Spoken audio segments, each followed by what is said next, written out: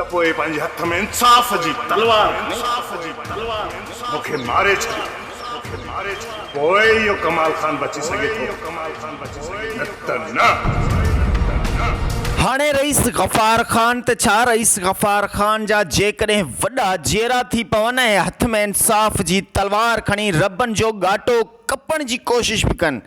त बि उहे नाकाम थी वेंदा, छो त रबनि जे बाह सिर्फ़ु ऐं सिर्फ़ु इंतक़ाम जी बाह आहे। रबनि हाणे कमीने कमाल खान जी मुंडीअ लाइ इबरत जो निशानो बणाइण खां सवाइ सुख जो साह कॾहिं बि कोन खणंदो,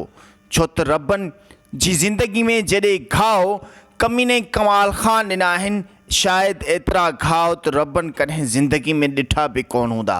पर हाणे रबनि बि हिकिड़ो आज़म खंयो आहे त कमीने कमाल खान खे सॼे ॻोठ में इबरत जो निशानो बणायो वेंदो। जेकॾहिं कमाल खान खे ईअं आसानी जी मौत ॾिनी वञे हा त ओड़ी वक़्त ई मां हुन खे मारे छॾियां हा जॾहिं अदी पठाणीअ खे हुतां आज़ादु कराइण वियो हुउसि। पर हाणे जॾहिं बि कमाल खान मुंहिंजी अखियुनि जे साम्हूं आयो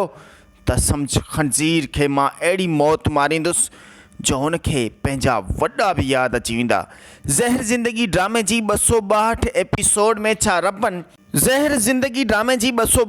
एपिसोड में छा रबनि कमीने कमाल खान जी क़ैद मां अदी पठाणी खे आज़ादु कराइण में कामयाब थी वेंदो, या कमाल खान जेको ओठे जहिड़े शैतान उठ खे पाण ॾांहुं घुरायो आहे, मतिलबु त उन सां मदद घुरी आहे, त छा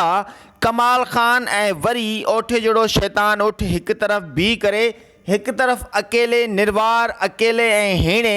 मज़लूम रबनि जो मुक़ाबिलो कंदा, या वरी ओठे जहिड़ो शैतान उठ गैरत जा कैप्सूल खाई करे कमाल खान को ख़िलाफ़ वर्ज़ी कंदो। पर अफ़सोस जहिड़ी ॻाल्हि इहा आहे त गैरत या कैप्सूल हाणे ओठे जहिड़ो शैतान उठ खाए तब बि फ़ाइदो न आहे, जेकॾहिं न खाए तब बि नुक़सानु न आहे। ज़हर ज़िंदगी ड्रामे में रबनि जे भाउराणे खे मारण वारो सिर्फ़ु ऐं सिर्फ़ु ओठे जहिड़ो शैतान उठ ई आहे, जंहिं रबनि जे भाउराणे खे अकेलो ऐं हीणो सम्झी घुटा ॾेई बेदर्दीअ सां मारे छॾियो। ज़हर ज़िंदगी ड्रामे में मीरा पंहिंजे रबनि खे रोई दाह पई ॾिए त रबनि कमाल खान खे एतिरी आसान जी मौत कॾहिं बि कोन मिले। रबनि पंहिंजी मीरा खे वाइदो वचन ॾेई वेठो आहे, जेकॾहिं मां कमाल खान खे आसानी जी मौत ॾियां हा मीरा त ओड़ी वक़्त ई हुनखे सीने वारियूं गोलियूं हणी छॾियां हा, पर मां हुनखे इबरत जो निशानो बणाईंदुसि जे तारीख़ रक़म थी वञे ऐं कमाल खान जी मौत खे माण्हू यादि करी